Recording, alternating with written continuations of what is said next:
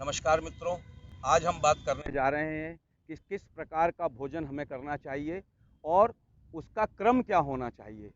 सामान्यतः जो हम भोजन करते हैं वह हम जब भोजन परस के आता है तो हम उसमें सलाद, पका हुआ भोजन, पानी, जूस सब एक साथ ग्रहण कर लेते हैं। यह हमको नुकसानप्रद होता है। अगर हम भोजन की बात करें तो हम 3 प्रकार का भोजन हम अपने अपने को स्वस्थ रखने के लिए लेते हैं।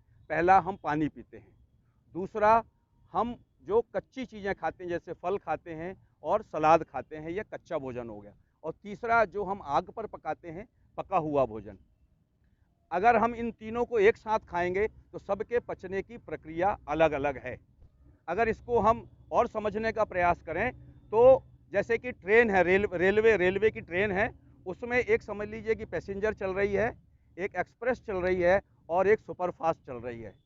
पानी जो है इसको सुपरफास्ट कह लीजिए, जो सलाद है इसको एक्सप्रेस कह लीजिए और जो पका हुआ भोजन है इसको पैसेंजर कह लीजिए। लेकिन ट्रेन चलने के लिए अलग अलग पटरियां हैं। जब कोई भी ट्रेन चलाना होता है, पैसेंजर चल रही होती है, अगर पीछे से मेल आ रही है तो उसको साइड में खड़ा कर देते हैं या मेल पहले निकालते हैं, उसके बाद एक्सप्रेस निकालते हैं, उसके बाद पैसेंजर निकालते हैं। लेकिन हमारी जो शरीर की आकृति है, जो ईश्वर ने हमें बनाया, हमारी आंत बनाई है, वह केवल एक लाइन दी हुई है।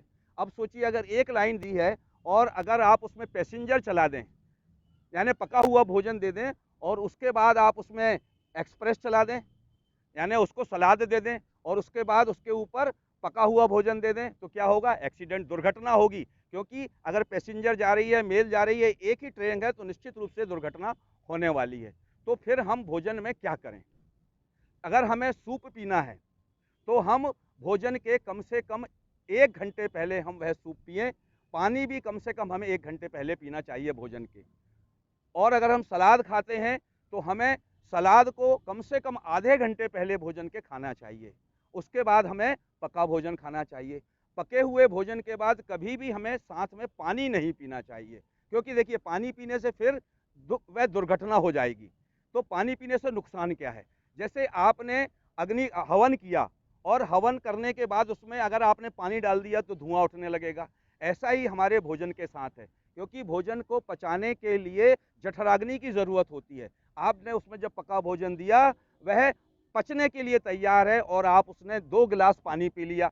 अब पानी पी लिया तो वह पचेगा नहीं, और जल्दी पचेगा नहीं तो वह क्या करेगा? धुआं करेगा, नुकसान देगा, गैस बनाएगा और वह आपको नुकसान पहुंचाएगा। यदि इन छोटी छोटी बातों का हम ध्यान रखेंगे तो निश्चित रूप से हमारे खाने का व्यवहार में खाना हमारा सुधरेगा और हमको उससे बहुत ज़्यादा लाभ मिलने की कोशिश हम करते हैं।